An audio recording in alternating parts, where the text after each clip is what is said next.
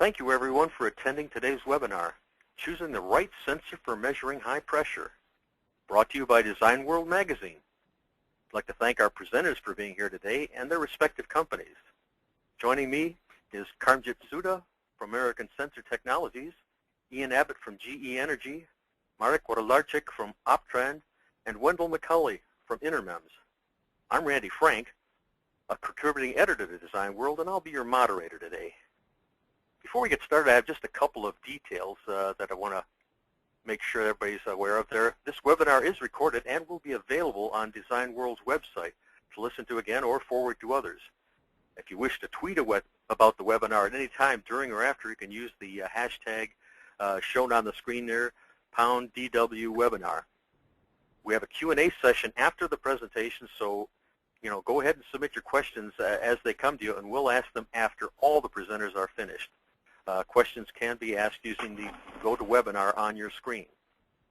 So let's get right into our presentations today. Our first presenter today is Karmjit Sidhu, and he's the Vice President of Business Development for American Sensor Technologies. Without any further ado, I'd like to turn the mic over to Karmjit.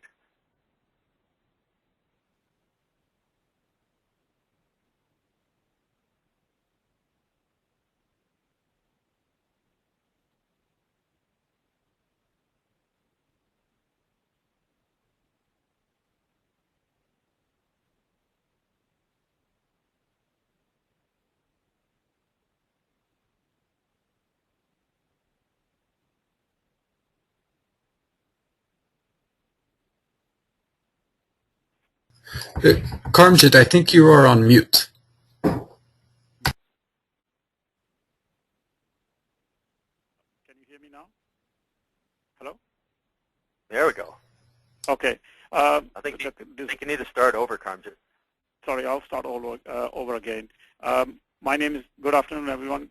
This is Karmjit Sidhu from American Sensor Technologies, and I'll basically will be describing the basic applications and the technology behind high pressure sensors technology from AST. So let's go to the first slide. What are the main considerations for high pressure sensors? What do we mean when we select high pressure sensors? And what are we really looking for from the product? Number one, which comes to most important, is hermetic seal against the media. We want to make sure that we have no leaks, and the system can withstand true pressure and very high transients within the system without leaking any media. And this is very important in media such as hydrogen media, as other corrosive media. We can allow an electrical failure, but we can't allow a mechanical failure in the system. Second part is the rugged and durable. Well, what do we mean by this? It could be used in a high vibration shock environment and associated like that. Wide media compatibility is also very important. Particularly, people will use these sensors from liquids and gases, from anywhere from benign to toxic. It could be water, could be salt water, could be hydrogen sulfide, could be ammonia. So compatibility is also very important. Wide operating temperature range. Typically in high pressures, we can see in gaseous system where we're operating from -60, -65 degrees C to hot gases up to 200 degrees C. So the sensor should be able to withstand this kind of temperature swings. High cyclic life.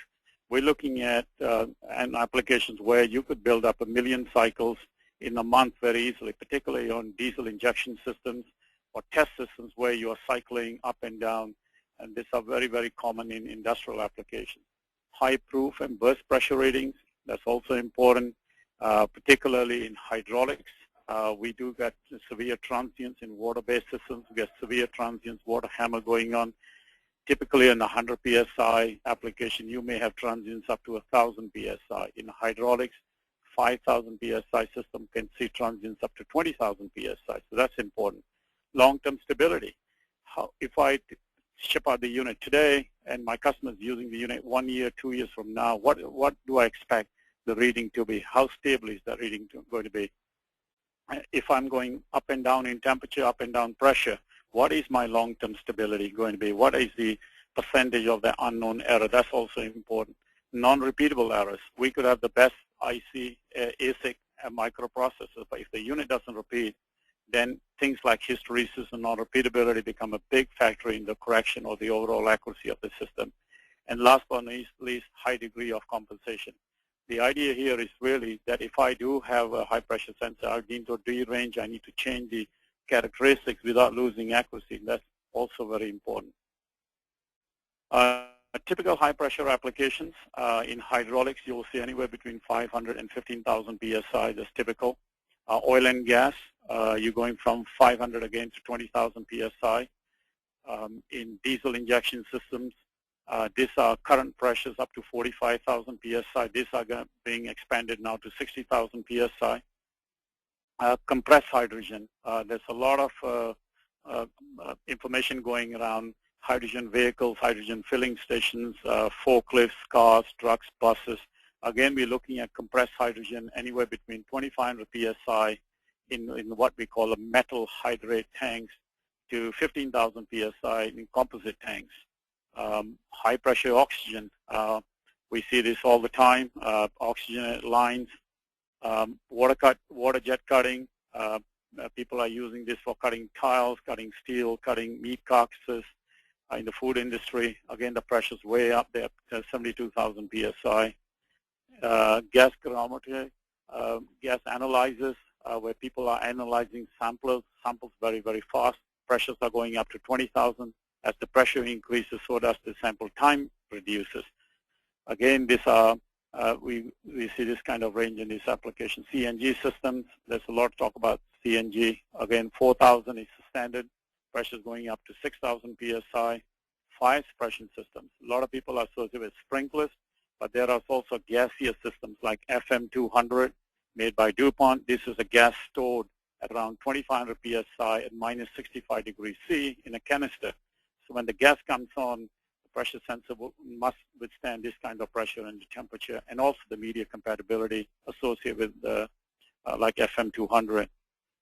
Last but not least, refrigeration and filtration applications where we're seeing pressures currently 500 psi going up to 1,000 psi in the case of superheat. So in filtration, I did not put a pressure range up here, but again in pneumatics and hydraulics, it's very similar to the pressure, similar to hydraulics. We are seeing filtration, high pressure filtration system going up to 15 to 20,000 psi as well. The technology I'm going to talk about a little bit, which is achieving this kind of pressure and this kind of performance, is Krystal Bond Technology. What does it mean? It's actually a one-piece design, and I will show you in the next slide, but let's talk about here right now. It's a one-piece, no wells, no rings, no fluid filling. What does it mean? There's no media contamination of that process. The process cannot be contaminated. Some technologies have oil fills and other fillings behind the diaphragm. This technology is free from all of this. It uses a high temperature inorganic bonding of silicon to metals. And again, I will show you a slide where silicon chips are glass bonded to a metal diaphragm. Wetted materials. This is also very important when I talk about media compatibility, that the Krystal Bond technology allow you to select the best materials. As we know, most of the sensor manufacturers offer 316 or 17.4 as a stainless steel diaphragms. But once we get into nasty media, like seawater, salt water, caustic soda, sulfuric acids, and things like that, we get into exotic materials like Inconel, Hastelloy, titanium. These are what we consider super alloys. This is also very important part of the reliability of the sensor, but also containment of the media. Low operating strain. Since we use a special type of doped silicon, the operating strain on the SN curve or the stress strain curve is very, very low. We use around approximately 275 microstrain compared to the traditional 1200 microstrain for thin film technologies. As the strain is reduced, so the increase in membrane thickness. The membrane thickens as we operate on lower strain. So now we got a very thick membrane. The big advantage of thick membrane, we have less hysteresis error, less non-repeatable error, and particularly in the case of hydrogen, it's very, very little chance of hydrogen atoms to permeate through a thick membrane So that's the big advantage. We get that higher output, uncompensated output from the device could be 40 millivolt per volt. That's very typical. Based on the doping of the silicon we use, if we reduce the doping, we can push up to 50, 60 millivolt per volt. The technology also has no PN junction. Most of the silicon devices, silicon chip uses things like ion implanted. They have a PN junction. What happens in the PN junction, they start to leak at temperature. This technology doesn't have a PN junction, so it's very good up to 200 degrees C with no issues. And since it has no PN junctions, it has very little or no EMI interference. There is no rectification going on within that diode junction. So that's one of the big advantages of this technology as well. The next slide actually shows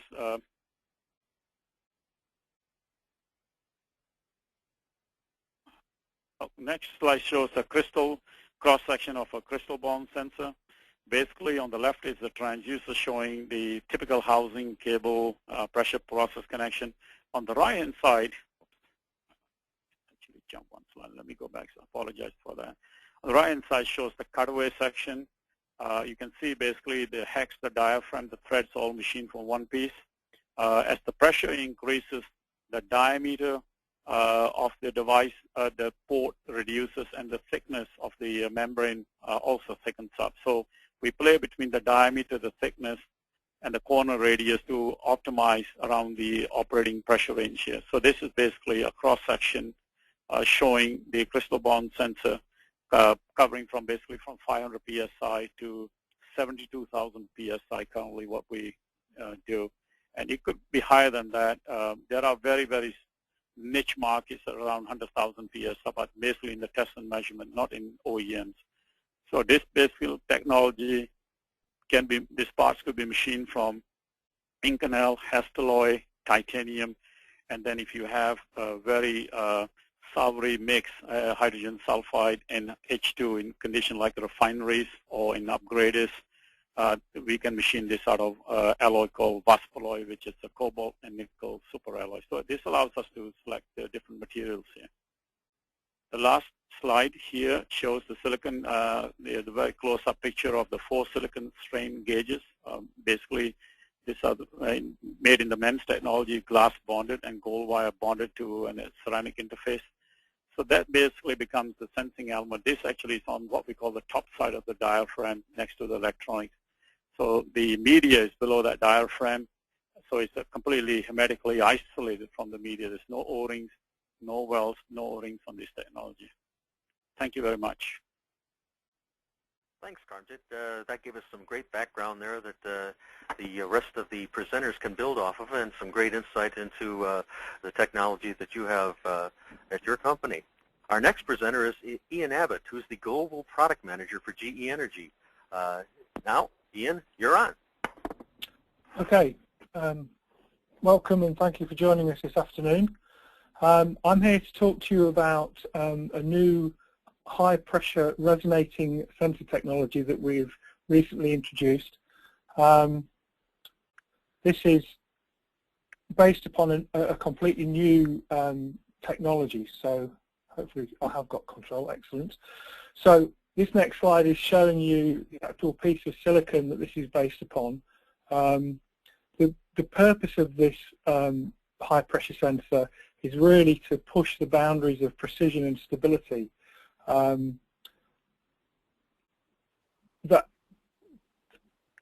That's why this sensor has been developed. It's not particularly to get to the very highest pressures, but it's to give us precision and stability.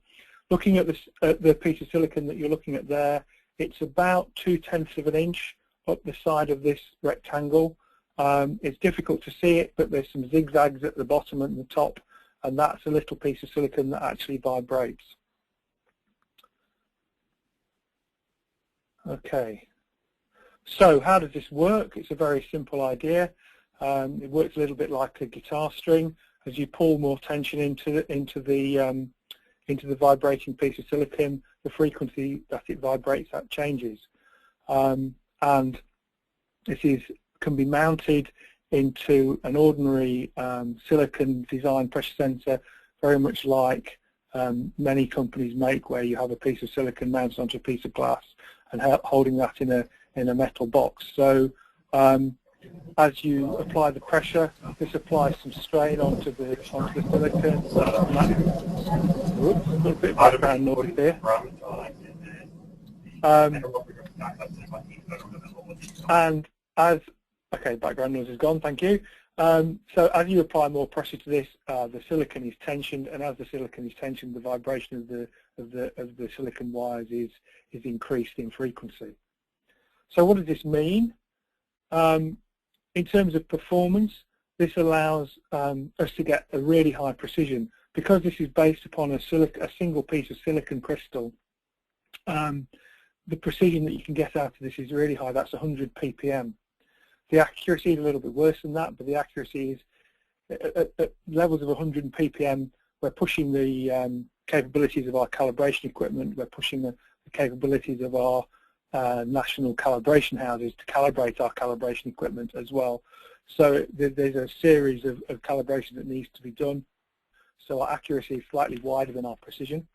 But key to this sensor is the stability. The stability is based upon a single piece of crystal silicon. So the issues around stability to do with ions drifting in silicon in a standard piezo-resistive silicon sensor go away because you don't have any of those things. So you're purely looking at the mechanical performance of a piece of silicon and the mechanical performance of the housing that you put this sensor into. Now, housings move a little bit, but over time, people have got very good at making housings that are very good. So the limit has always been, or the limit for the last 10 or 15 years on stability has been the actual stability of the sensors, the sensing element. And this technology moves us on to another level with that sensing technology, another level of stability. The pressure ranges that are currently available in this product are 1 to 70 bar. There's no technological reason why that pressure range can't be increased, and GE are working on extending the pressure ranges up so that we can run to 200, 300, 400, 700 bar, so 10,000 psi is something that should be available reasonably shortly. Temperature ranges, again, theoretically, your temperature range here is limited by the point at which silicon becomes plastic, which is about 350 degrees C. We're currently limited by the electronics that we're packaging around it, but there's work being done to unpick that and push temperatures up. And it's a fully media isolated technology. This is using the same kind of standard technology where you have a diaphragm and an oil fill and a sensing element behind that. So you can make that diaphragm out of any media that you like. Okay, moving on. What does this mean? How do you talk to this sensor? This sensor is different from resistive sensors where you're getting an analog signal output. This is truly a digital sensor. You're counting the vibrations of a piece of wire. And because you're counting the vibrations of a piece of wire, that does mean that you really have a digital output. Now, that is different, and it means that the interfacing to this needs to be different from a more conventional analog sensor. It's obviously very easy because you have a digital input to then feed that into some simple computer and turn that into some kind of digital output, and that's something that we've made available already. But there's fundamentally, because you have a digital signal, that does give you some differences in how you deal with this sensor. It does mean that there is an element of time associated with noise in a way that's not quite so clear when you're looking at an analog sensor. The longer you wait, the less noise there is.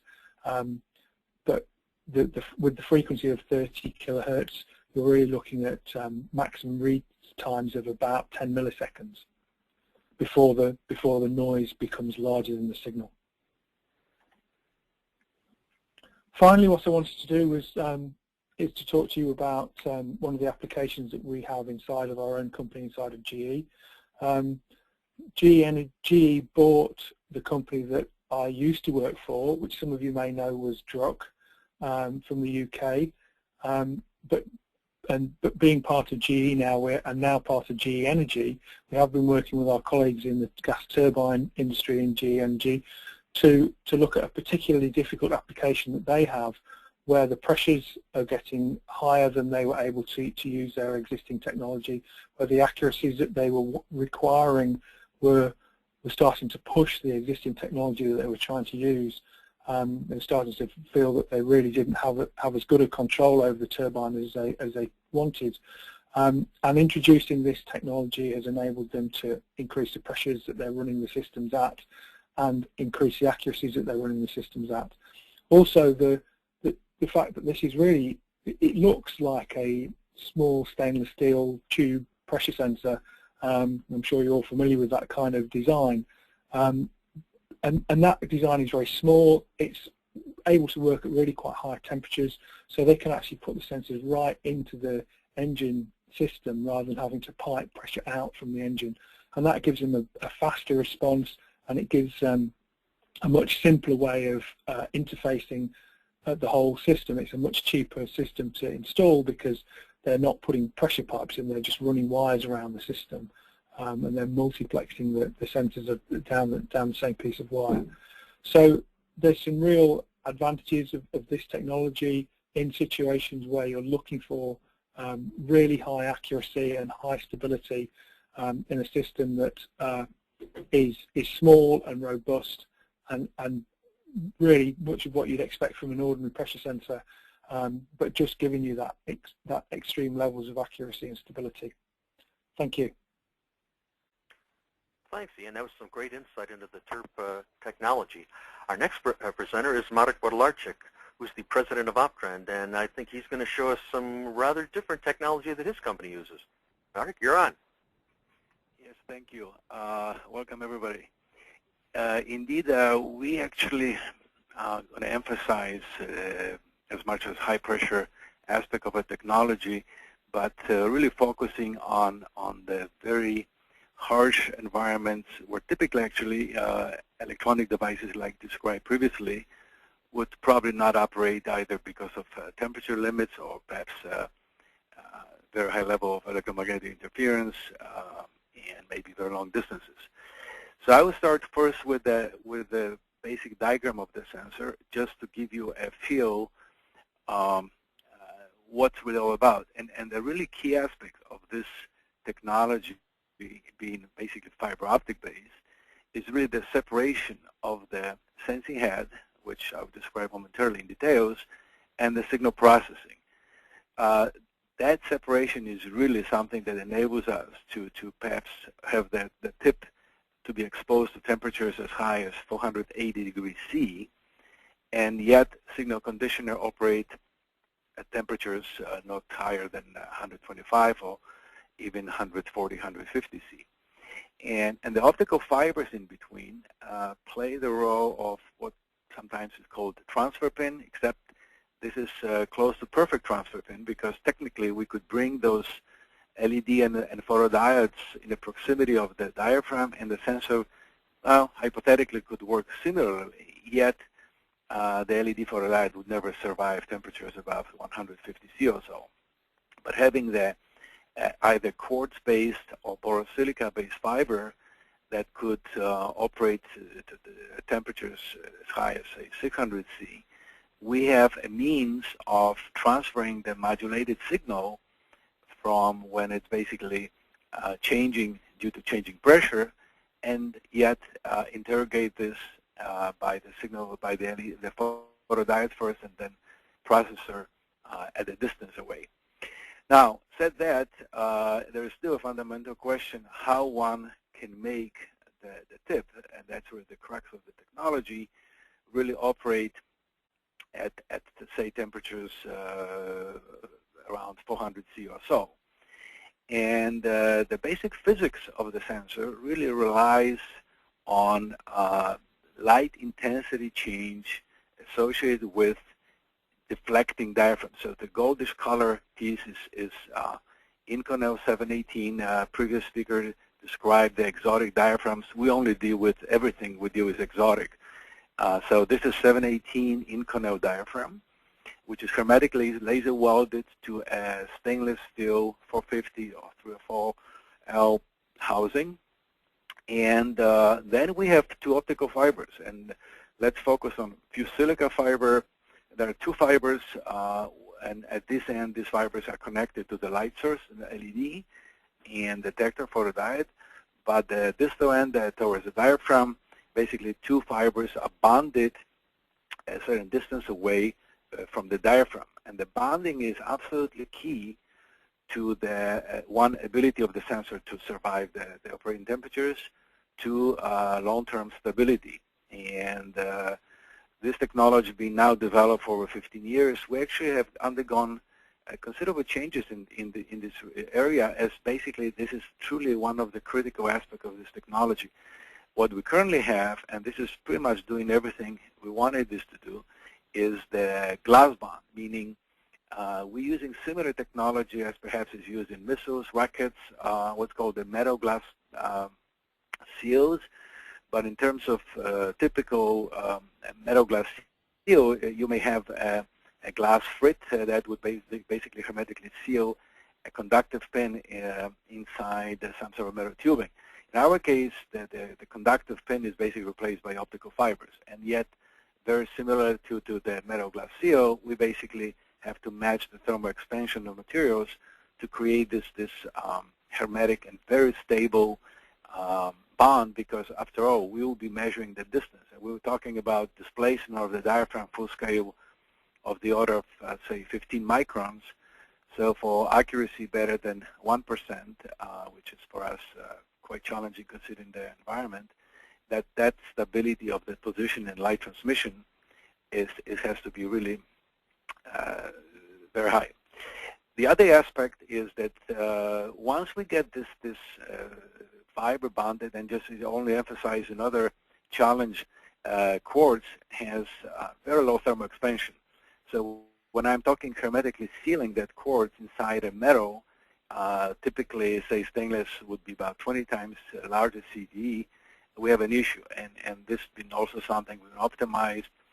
So actually, this what we call ferro section has really two parts. The front part where the glass is sealed is actually made of covar, and it's laser welded to another typically stainless steel.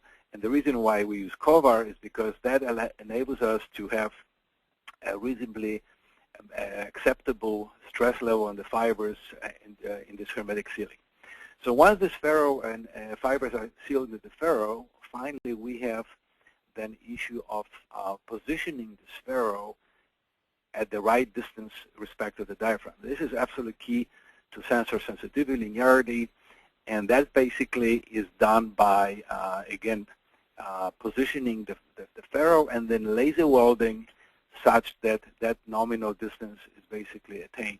The laser weld, like any other laser welds here, have to be hermetic because we need to eliminate any chances of oxygen diffusing in between the fibers and the diaphragm, which at very high temperatures could cause, for instance, oxidation of the inside surface. So let's assume for a moment that this is stable enough, durable. Keep in mind we're targeting applications like combustion, continuous monitoring of a combustion engine, industrial engine. People may need 5 billion, 10 to the 9, 5 10 to the 9 cycles, which could be 15 years or 30,000 hours. So we're talking also design of the diaphragm that can handle that kind of number of cycles without creep, with a high degree of linearity, and obviously no drift and so on. So this is all different separate issue, but certainly we cannot even discuss this if we don't have a package or design as we have that can handle this prolonged exposure to this massive temperatures. Now moving to the signal conditioner, it's actually very straightforward. In fact, over years we really have worked towards simplification of this thing, and one of the reasons is because we also target OE application where a sensor like this in millions have to cost less than $10 because automotive application would not really accept anything higher. So over years we really have migrated from expensive optics, LED photodiode. Now what we currently use is just a surface mount the same kind of LED photodiode that you use maybe that you use today in a lighting application or detection of light in cars. And that also gets us something which could be very small. And so once we have everything optimized, the signal conditioning board could be as small as, let's just say 12 millimeters by 12 millimeters or 20 millimeters, small enough to fit in what otherwise you could call a smart connector. So really, this is really the basis of the sensor, and really how it's packaged in terms of, for instance, what's the distance from the diaphragm to the signal conditioner, which could be as little as 2 inches, or could be maybe 1 mile. It really is a function of application. So really, and there's all different consequences, but fundamentally, that also gives us this tremendous flexibility in terms of being able to package this quite differently.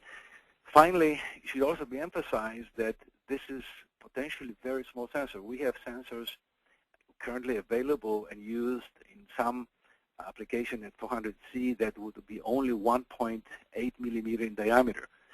So this is another unique aspect of the optical fiber optic technology, where we can actually have sufficient amount of light intensity changes even with a very small diaphragms, and yet applications where perhaps we may need this diaphragm flexing for like I said, 5 billion cycles. So this is another perhaps unique aspect of our technology, not available even to some exotic electronic devices like silicon carbide or silicon nitride, where usually the size is considerably larger than this. Let's move on to the next slide, and just see if I can make this slide go down. I have a little bit. Okay. So let's now talk about the specification. I apologize for somehow this is not lined up exactly how I wanted this, but you can see that effectively by changing the thickness of the diaphragm, I'm only showing high pressure in line with the focus of this webinar, but we can go down to 1 bar, and we can go to 5,000 bar. Everything really boils down to just changing thickness of the diaphragm, modeling for the nominal displacement and fatigue and Van Mies stresses and so on. This is really, again, where I think we have this unique technology, and again, we have different variants of the sensor. A lot of applications, once you go above really 400C, we have to go much more costly exotic solution, but it's the same technology, it's just different components.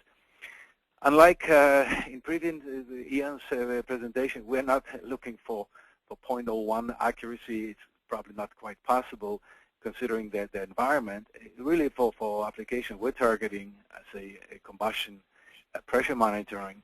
1-2% is more than enough, and 1 is probably hard to get even today with some very costly water-cooled transducers.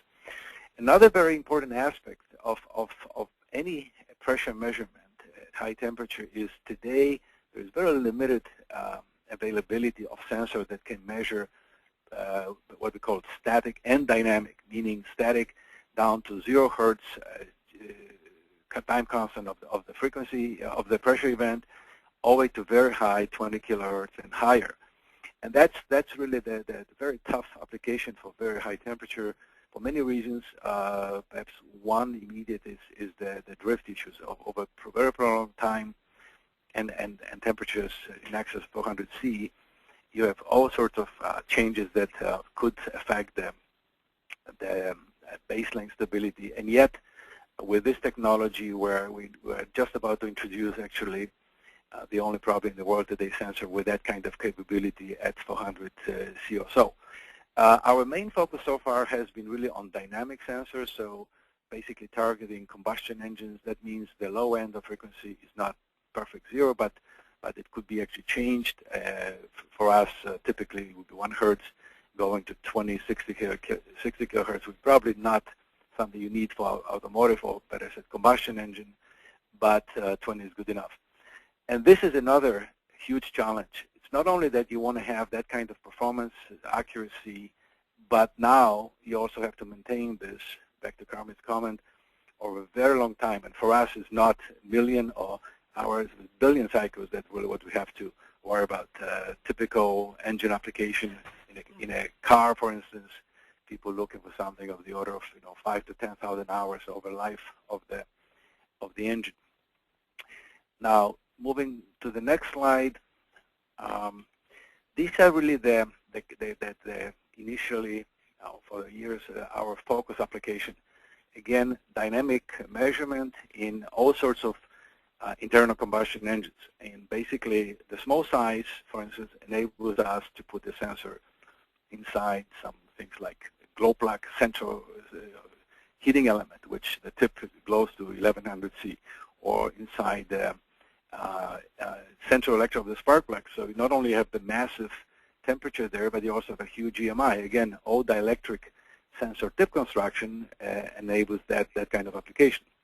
And then you can go into all different type of fuels, different type of engines, anywhere from racing with 18,000 RPM, where you need a high frequency response, to slowly moving marine engines, maybe only 200 RPM, but then all sorts of issues with fuels, and then including even aircraft.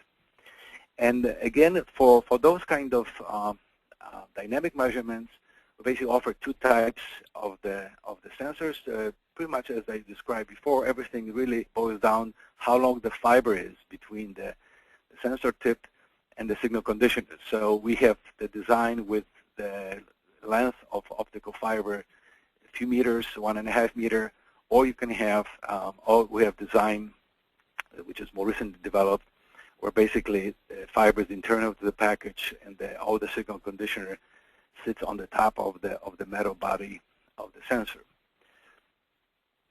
Now, moving on to non-combustion applications, this is really, there's a wide range of applications. For instance, an area for years that people have tried to develop electronic devices would be various pressures measured in turbines. And really, depending on the stage of the turbine, there are different temperatures. For ADC today is the area there is quite a bit of interest. And again, in a turbine, you need this both static dynamic, and it's really the static part of offset or baseline stability over a long term at this temperature is a huge challenge.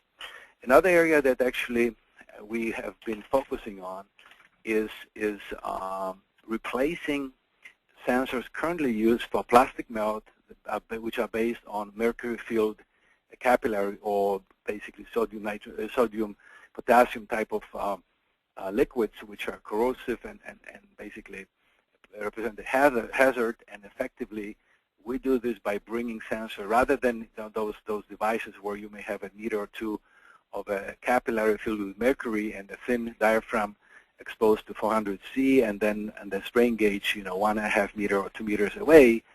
We actually bring that sensor right into this 420 degrees C. So maybe for plastic, it's not as important to have this high frequency response, but for turbine, for instance, that would be where you need that.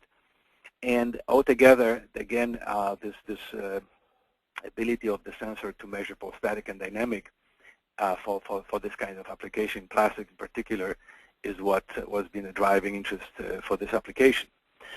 Now, switching a little bit from the high temperature focus, this is the area that we recently have seen a lot of interest.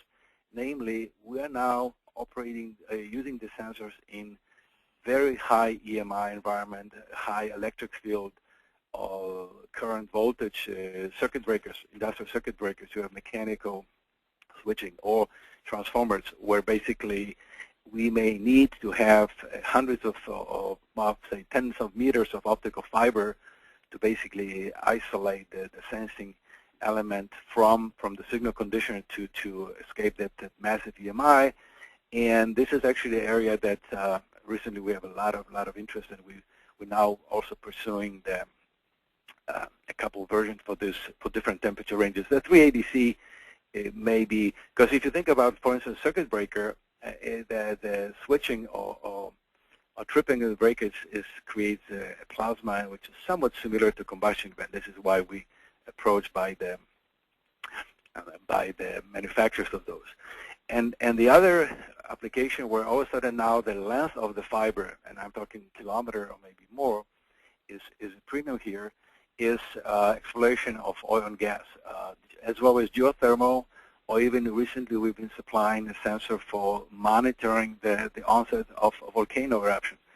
So this temperature is, by our standards, is not that super high, but it's now the very long distance between the fiber and the signal processor, which is really the very desirable feature. And by the way, there are already today fiber optic sensors used for oil exploration, but more for temperature, distributed temperature measurement.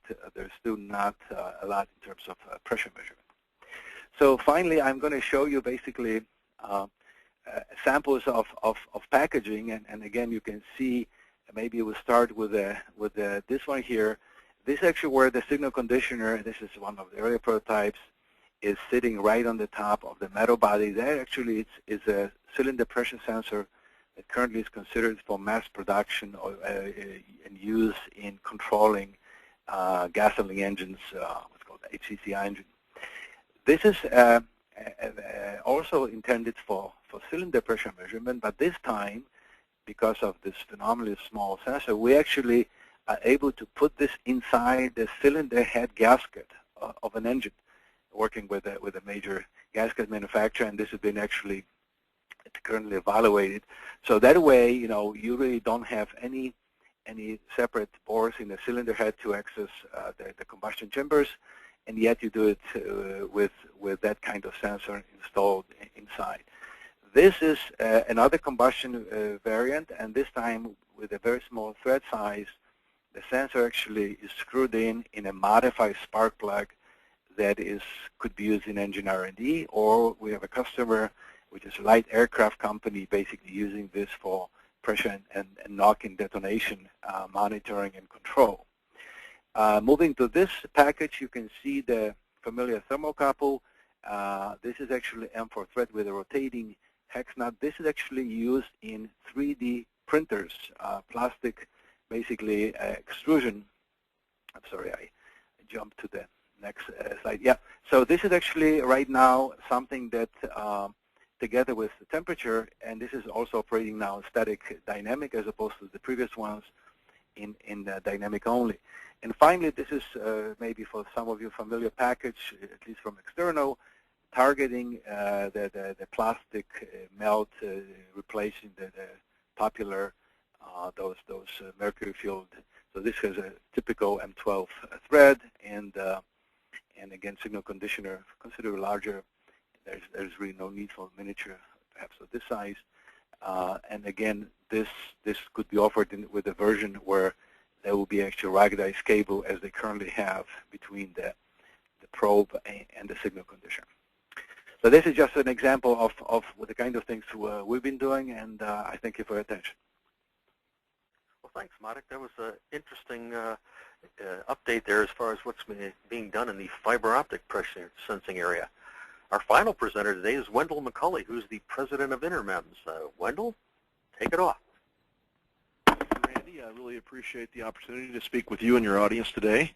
I want to talk to you about a little bit about some of the design and performance considerations for high-pressure sensors. And I want to thank my colleagues. They've done a beautiful job of presenting different technologies, and especially Karamjit Sidhu gave a really nice list of all of the key considerations.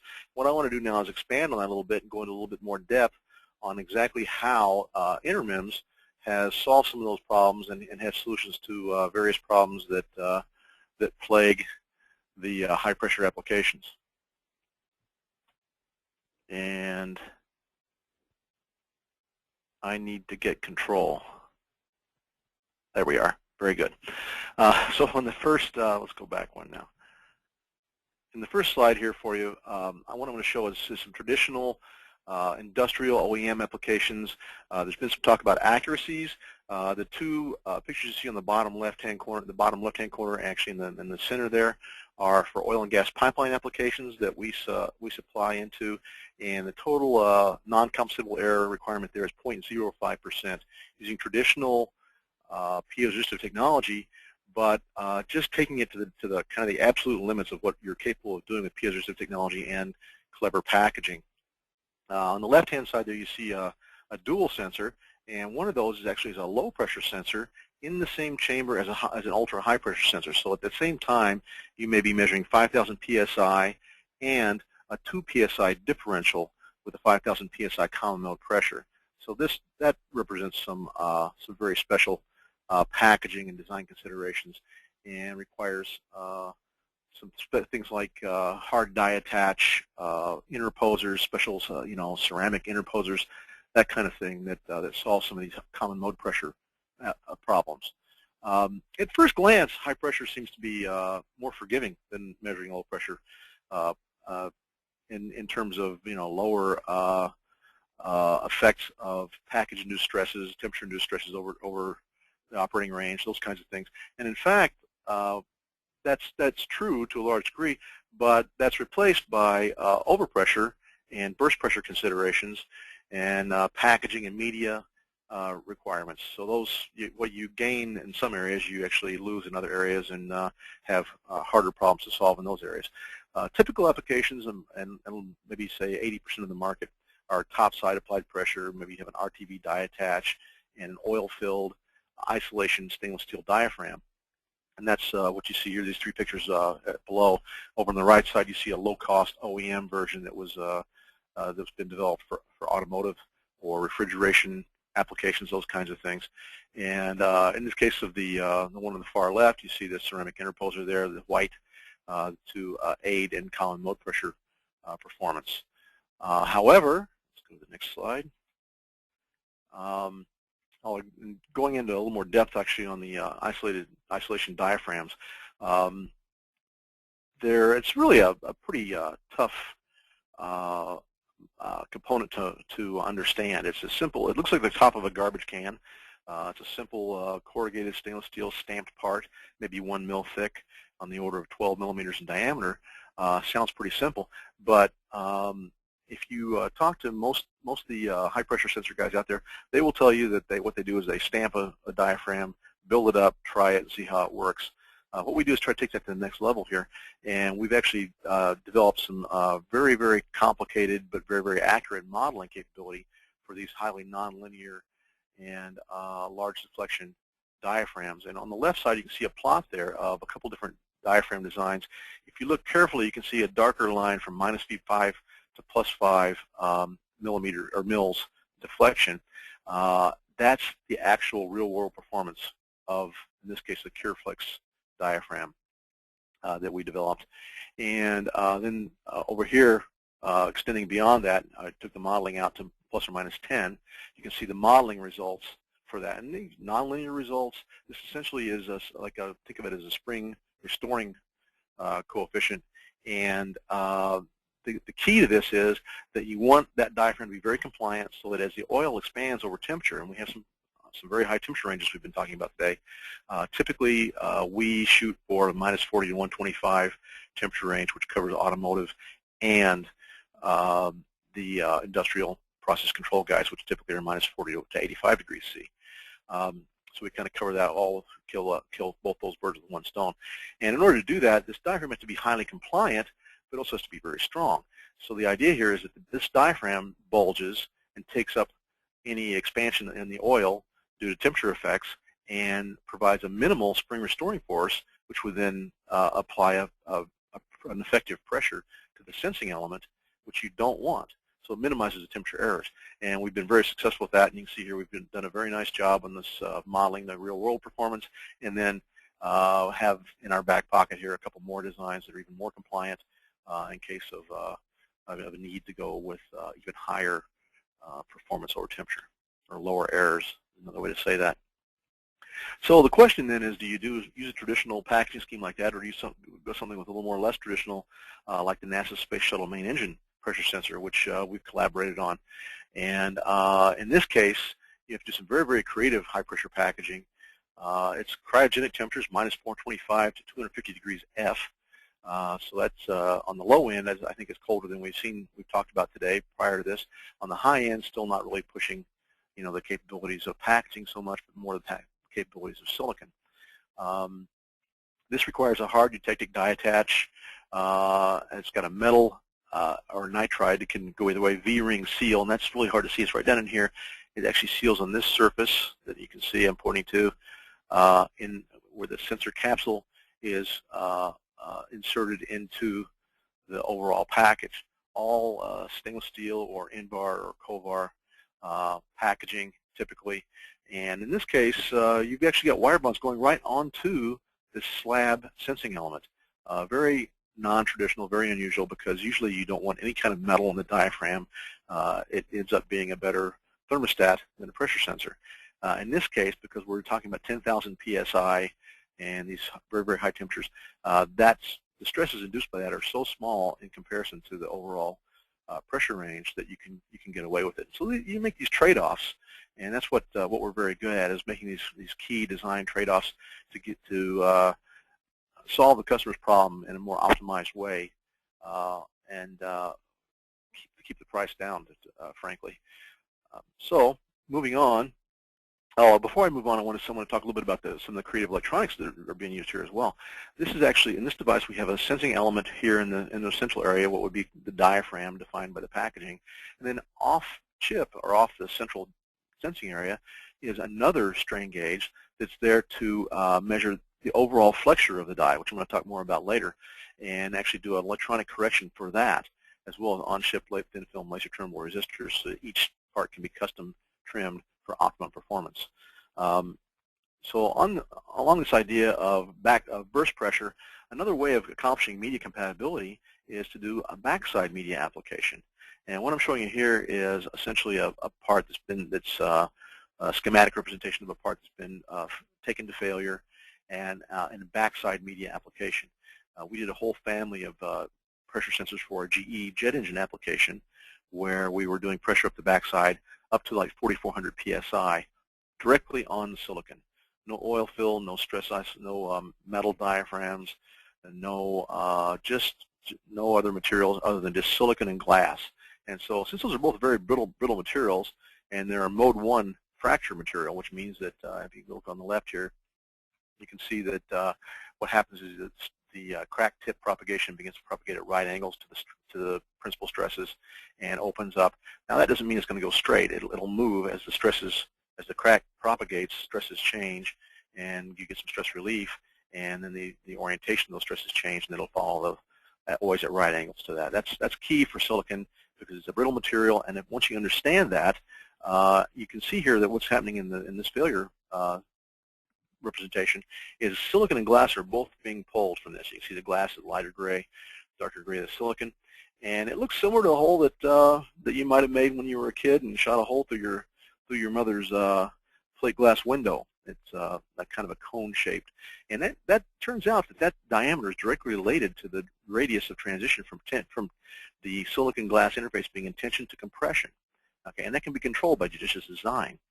And this brings us to considerations. Do you do a slab kind of device, typical with some of the ones we've seen earlier today, where the diaphragm is the sensing element and it's a slab of uniform thickness, or do you do a diaphragm design? And if so, what kind of aspect ratio do you do? So what we're very good at Intermims is making those design choices and optimizing the design for the application. So I'm going to give you here real quickly as a case study, 2 different 1,000 psi pressure sensors, and this applies equally well at 5,000 psi. Both have the same die size and thickness, and both have the same thickness aspect ratio, where the diaphragm edge length to thickness aspect ratio is the same. In this case, on the left, you see it's a 200 micron thick diaphragm. On the right, 100 micron thick diaphragm, and so therefore half the edge length, about 750 microns. And first thing you notice is that the peak stress for where the sweet spot where you would place the piezo resistors is very different. In the smaller diaphragm, it's on the edge of the diaphragm, more where you would typically expect it to be, and where someone who's not got the capabilities of doing FEA and detailed analysis like this might just automatically place the piezo resistors based on experience. In the case of the higher thickness diaphragm, same aspect ratio, the key sensing area sweet spot would be actually well off the diaphragm. So that's not intuitive. And then, there are applications where, for instance, we have a customer who likes the idea of being able to go from about 5 psi to 5,000 or even 10,000 psi with the same chip design. So we're able to do a single chip design, single topside layout, and just tailor the backside cavity and diaphragm thickness aspect ratio to cover all those ranges with a single design, and just by changing only the backside cavity edge. That's a little bit unique in the industry, and makes it's really about design for manufacturability. Makes our customers' lives much, much easier in terms of calibration, composition, every part looking like a brother and sister to the last one.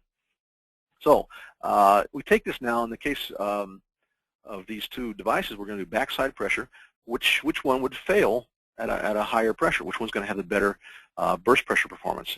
Intuitively, you might think that the thicker diaphragm, more robust device would have better performance. And in fact, went a little too far, pardon me, a little lag there. In fact, in high pressure design, it's often very counterintuitive. In the case of, I think I skipped this slide, pardon me. Here we are. So in the case of the larger diaphragm, these are plotted at the same scale, and this area here that you see, it comes to a peak and then drops down, that really would normally be flat with no stress applied, no pressure applied. What we're showing here is a highly exaggerated deformation plot of the glass with the silicon removed, backside pressure, and what you see is a high peak stress here. The stress goes from tensile at the ID, and at this point here goes from tensile to compressive. In this second design, which is the thinner diaphragm, smaller diaphragm, you see the same deflection scale, so much less deflection, much lower stresses, and the tensile region extends all the way out to almost the edge of the die. What that means is now that we've got the same essential force that's being collected in both cases, 1,000 psi over some area, that same essential force is now spread over a much larger area, and actually, counterintuitively, the smaller diaphragm, thinner diaphragm, will exhibit better burst pressure because of the way because of the failure mode. Some of this stuff is very, very counterintuitive, but once you've got the tools in place, is easily soluble. So I want to move on now because then we're running out of time. And just kind of in summary, repeat the fact that it's often very counterintuitive, requires a deep knowledge of materials, fracture mechanics, piezo resistivity, packaging, media compatibility, all these kinds of things. And historically, it's been a little bit in the realm of a black art.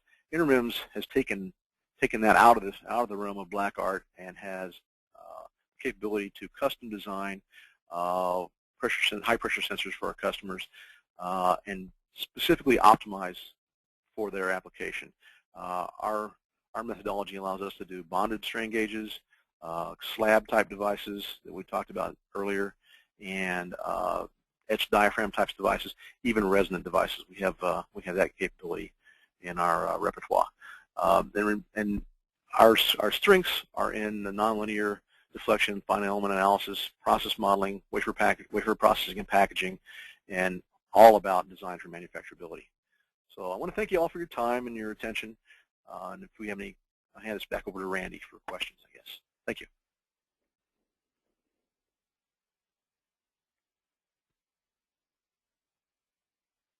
Thanks, Wendell, and thanks to all our presenters today. And if you haven't asked a question previously, you certainly can do so at this point to any one of our presenters. And for those people who are listening to this and not in real time, we have the email addresses of the various presenters that you can send an email to after you've heard the seminar and get your answers in that particular manner.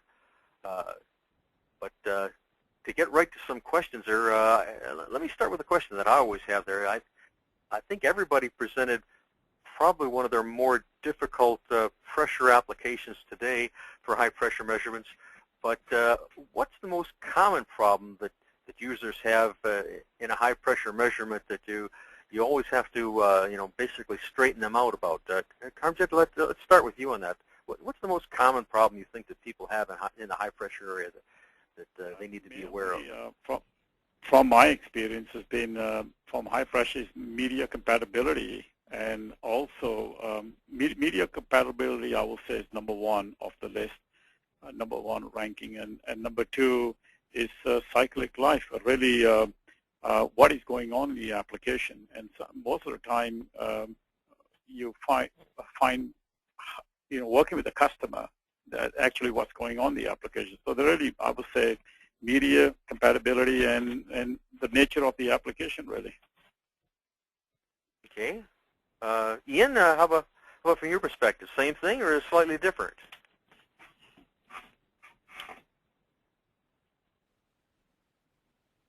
Hello? Yes, I think I've got it. Yeah, there you go. I think the one of the difficulties our customers have is the compromise that's needed between speed, response, and robustness. In hydraulic systems, particularly at high pressures, you can get some really quite vicious pressure spikes in systems, and it's very easy to slug those to stop them damaging sensors. But obviously, that then makes the system quite slow. So it's understanding the dangers of high pressure with high pressure spikes sitting on top of those, and understanding the compromises that are needed to keep the system working at an accuracy that's acceptable and at a speed that's acceptable. Okay, thanks. Marek, how about from with the fiber optics in there? What's sort of the biggest mistakes that people seem to make, though, that you have to straighten them out with? Well, as mentioned before, we're really focusing on this ultra-high temperature, so 300 C plus, and definitely temperature and temperature fluctuations, especially in a combustion event, which lasts for a couple milliseconds. There's, for instance, immediate effect of hot gases distorting at the diaphragm, and there is then intermediate effect associated, for instance, with the engine speed change, which will raise or change the sensor temperature, and then there's a prolonged effect. And really, this also has a different meaning depending really on whether we're targeting OE application, where you have to offer this at some crazy low price, or is it really more R&D application? If we're dealing with OE application, all those temperature effects now have to be done with a very, very cost-effective means, which basically means you do not have, for instance, like in our sensor, we don't have built-in temperature measurement, which is very typical for applications that other presenters discussed, because we could not afford it, or there's no room, or because perhaps EMI. So we have to be clever enough to provide the compensation for both, actually, minus huge temperature swings for the tip, minus 40 to, say, 480, and one should not overlook the signal conditioner challenges, minus 40 to 150 C, and this also with a very cost-effective solutions. So really, once for sure, across the board, it's those prolonged exposure to temperature and the rapid temperature changes having both effect on accuracy and reliability and durability and drift-free performance and so on. Great, thanks. For those who are holding back on their questions, we did run a little bit long on the presentation, so we're going to hang in here for another 5 minutes. So if you get your question in, there's a good chance you can get it answered while we're still in the recording process. But while you do that, Wendell, what about from your perspective, as far as, again, the most common problem that users have when they're dealing with high pressure, especially, I guess, if they came from the lower pressure or more reasonable pressure realm? Anything that strikes you as a common misunderstanding that they have? Yeah, I don't know about a misunderstanding so much, but it's probably their number one problem from my standpoint. And given that you must have media compatibility and you must have reasonably good temperature performance, then the number one, and that's sort of goes without saying, they expect that. The biggest issue for high pressure then becomes burst pressure in most cases. Typically, in say a 5,000 PSI application, customers have already lowered their expectations, and they're asking for things like 1.5x overpressure. They would like to have 2x, but but they've been sort of trained by the industry to ask for less because they know they can't get 2x in most cases, or even 20% overpressure, 1.2x, and really they've like I say been sort of been trained for all the wrong reasons to accept that. But what InterMEMS is able to do is go ahead and still give them 2, 3x, even 5x, depending on the application, burst pressure. I'll give you an example recently, and this is a low pressure part, but it's a 5 psi sensor, and typically you would expect 10x overpressure. It would burst at 50 psi. We've taken those same parts now up to 250 psi. That's 50x, and still haven't been able to get them to burst. And part of that is the unique wafer process that we use, which is this proprietary dry MOX process. And if you harken back to one of the slides I showed, I talk about crack tip propagation. If you can eliminate those crack tip propagation sites, you can see huge improvements in overpressure. So InterMEMS has got some proprietary technology that allows us to do that on a couple different fronts. And then along with that, the packaging is probably the number 2, and they're interrelated.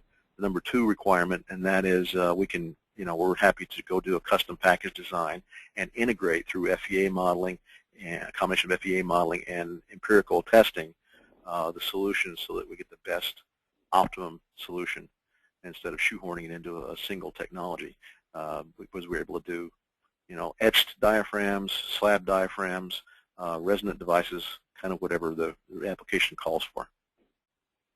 Great. Well, thanks for that input as well, Wendell. Got one more question here, Ian. This one's for you. Why is the accuracy of the TERPs, so good, in high precision over temperature? Yeah, it's the point about TERPs is that it's or comparing it with the standard resistive silicon technology. The resistive silicon technology becomes very non-linear when you get to the extremes of temperature. So that makes compensating for temperature in a standard resistive silicon technology really quite hard. The point about TERPs is that it's a mechanical package, so it is sensitive to temperature, and the performance of the sensor does change over temperature, but really not by very much, and the changes are really quite linear. And you're not hitting any threshold points at temperatures up to about 130, 140 degrees C, and down to temperatures as low as -40, -50 degrees C. You're in a period where the mechanical properties of the silicon are fairly linear, so therefore compensating for those temperature effects is really quite straightforward.